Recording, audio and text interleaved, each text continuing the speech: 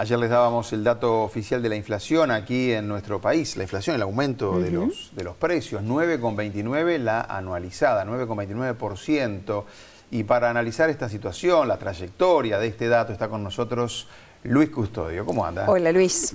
Hola, ¿cómo están? Buenas noches. Un gusto estar acá con ustedes esta noche. Sí, el Instituto Nacional de Estadísticas dio a conocer ayer, como ocurre cada mes, el tercer día hábil, los datos a propósito de la evolución de los precios minoristas durante el mes anterior. El índice de precios al consumo, que en definitiva nos deriva a todos a pensar en la inflación. Veamos, refresquemos los datos puntuales que se conocieron ayer. El dato mensual, 0,59%, después de 3 meses de fuerte presión, enero, febrero, marzo, la situación aparece como un poco más descomprimida, aunque la tendencia ha sido al alza en los datos mensuales de abril a mayo, de mayo a junio. Ya lo vamos a ver ahora. El acumulado, 6,04%, esto es el semestre. Fuerte para un semestre, la más alta desde el primer semestre 2020, en un contexto muy particular de pandemia. No había un dato así desde aquel momento, y si vamos para atrás y exceptuamos ese primer semestre 2020, es también un dato que hace tiempo que no se daba. Y la última cifra que veíamos recién en esa placa es el dato de 9,29, al que hacía referencia Leo recién. Estable, una caída no significativa desde el punto de vista estadístico, apenas una décima frente al mes anterior, siguen siendo valores altos y está bueno que repasemos estas cifras entonces para luego ahora sí ver un poquito más de evolución en la siguiente placa a propósito del dato mes a mes. Y acá podemos observar cómo se ha estado comportando en los últimos meses. Hay una cuestión que tiene que ver con el comportamiento estacional que queda claro allí, ¿verdad? Datos mensuales. El arranque de cada año con un dato fuerte y luego empieza a bajar. Generalmente ocurre, no nos olvidemos, ajustes de tarifas en enero de cada año, ajuste ahí sube todo, claro, sube todo. Salarios públicos, etcétera. Está marcada claramente. Lo que pasa es que en 2020 vemos que baja y sube enseguida, porque ahí tuvimos la pandemia y tuvimos una afectación, una presión fuerte de precios, ¿verdad? Son los dos fenómenos, ese estacional de año a año y lo que ocurrió en la pandemia. Los últimos 3 meses a tasas, digamos que más habituales. Dejamos esta placa y en la siguiente vamos a ver evolución también, ya no fotos, sino película, pero de los datos a 12 meses, que son una referencia ineludible para saber la tendencia, ¿verdad? Acá vemos que está estable en los 2 últimos meses, instalada por encima del 9%, casi 2 puntos porcentuales por encima de hace 12 meses, de junio del año 2021, y si nos paramos en mayo de 2021, 13 meses atrás, está casi 3 puntos por encima. Es un dato que hay que tener en cuenta porque es la referencia que generalmente tomamos para sacarnos de encima la volatilidad que significa mirar solamente un mes. Claro. La siguiente placa vamos a ver cómo se comportaron algunos sectores, ¿no? Qué pasó con distintos precios para que tengamos en estos momentos entonces esta evolución durante el mes de junio. Hay unos más transitorios, otros que son de más largo plazo en cuanto a los efectos. La suba de panificados, aceites y grasas son importantes, vienen subiendo desde el inicio de la guerra en Ucrania. La carne subió también, lácteos y huevos cae, los precios de la carne siguen firmes a nivel internacional. La baja en lácteos y huevos es específicamente por huevos. Las verduras que vemos allá arriba es el rubro que más sube, 2,2% mensual. Las frutas, el que cae 1,7%, responden más a cuestiones estacionales. Tenemos el transporte, que es algo más de 0,6, depende de las decisiones sobre combustible que se toman mes a mes, y vivienda, donde pesa la renovación de alquileres y también la leña para calefaccionar, que en esta época del año es un insumo bastante costoso. ¿Qué va a pasar a mediano plazo? ¿Qué podemos mirar hacia adelante? Y acá podemos ir a buscar algunos datos a propósito de lo que se estableció en la exposición de motivos y la mirada macro hacia adelante en la rendición de cuentas. En la siguiente placa lo podemos observar. Los escenarios supuestos de la evolución de IPC en este escenario macro que toma el Ministerio de Economía, y allí vemos los datos ya firmes de 2020 y de 2021, elevados por encima de entre 3 y 7%, que eran los límites del rango meta.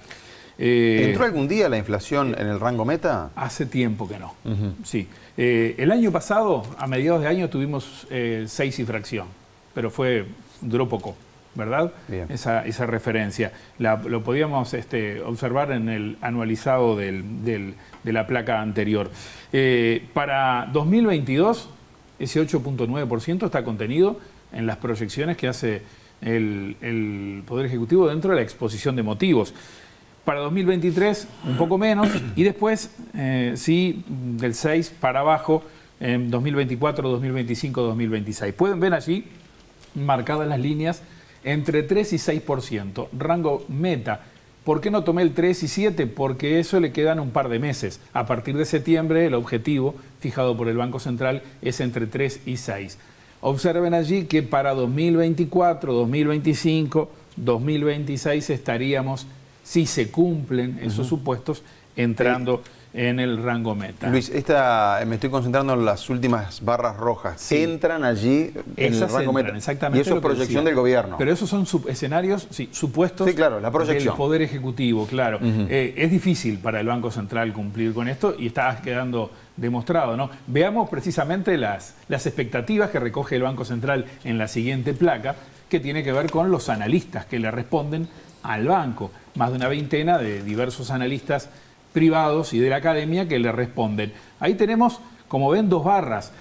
Una es la inflación a 12 meses, o mejor dicho, acumulada en 12 meses, y la otra a 24, porque la referencia a 24 es lo que toma el Poder Ejecutivo buscando su proyección. Y ahí lo que podemos ver es que para junio de 2022, a 12 meses 7,7, se espera que a 24 meses se baje 6,95. Pueden observar que podría ir convergiendo hacia los niveles que el Banco Central muestra como su objetivo, pero todavía está lejos, todavía falta. No han podido anclar las expectativas y a eso hicieron referencia en el Comité de Política Monetaria de hoy, que ahora lo vamos a repasar. Por último, ¿cómo repercute este dato, esta información de semestre cerrado en los salarios? Acá hay un elemento que es importante tener en cuenta. Fíjense ustedes, hablemos de correctivo de inflación, porque la inflación oficial proyectada para el semestre por el Poder Ejecutivo era de 3.7%. En algunos grupos, los que venían desde la octava ronda, se había incorporado 3.5 porque había un descuento de un 0,2 que venía del mes anterior, pero no, nos quedamos con ese 3.7%. La estimación a 12 meses, alrededor del 5.6%. Pero antes vimos la inflación real, tanto para el semestre como podemos ir al año hacia atrás. Con estos datos, entonces, nos encontramos que la diferencia entre la inflación real de 12 meses a junio y la proyectada arroja que a partir del 1 de julio estaríamos en condiciones, para aquellos que tienen precisamente un convenio donde ahora se corrige lo del año, de tener un correctivo de entre 3,5, 3,7 aproximadamente % de los salarios. Esto no es general, sí en muchos sectores, y hay que tenerlo en cuenta como dato. Ahora sí cierro, hacía referencia al Banco Central. El Comité de Política Monetaria se reunió en la jornada de hoy, resolvió una nueva suba de tasas de interés, tal cual estaba previsto. Tengo por acá los datos, 9,75 fijó la tasa de interés, son 50 puntos básicos más que la reunión anterior, y se anuncia una nueva suba para el mes siguiente cuando se vuelva a reunir el comité.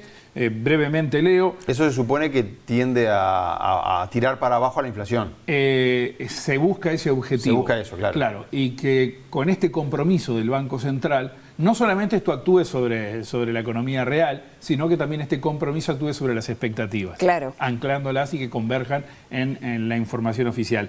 En Uruguay, dice el Comité de Política Monetaria brevemente, mientras que la inflación y las expectativas de inflación continúan fuera del rango meta, la actividad económica se recupera y hace referencia a consumo interno, a la actividad turística, a la demanda externa y a grandes proyectos de inversión, y hace referencia también a buenas perspectivas de crecimiento económico para los próximos trimestres. Pero ante la preocupación por la rigidez de las expectativas de inflación de los agentes y frente a la constatación que los canales de transmisión de la política monetaria están funcionando positivamente, dice el Banco Central, y en el sentido esperado, entendió necesario seguir con su política contractiva y volver a subir las tasas de interés.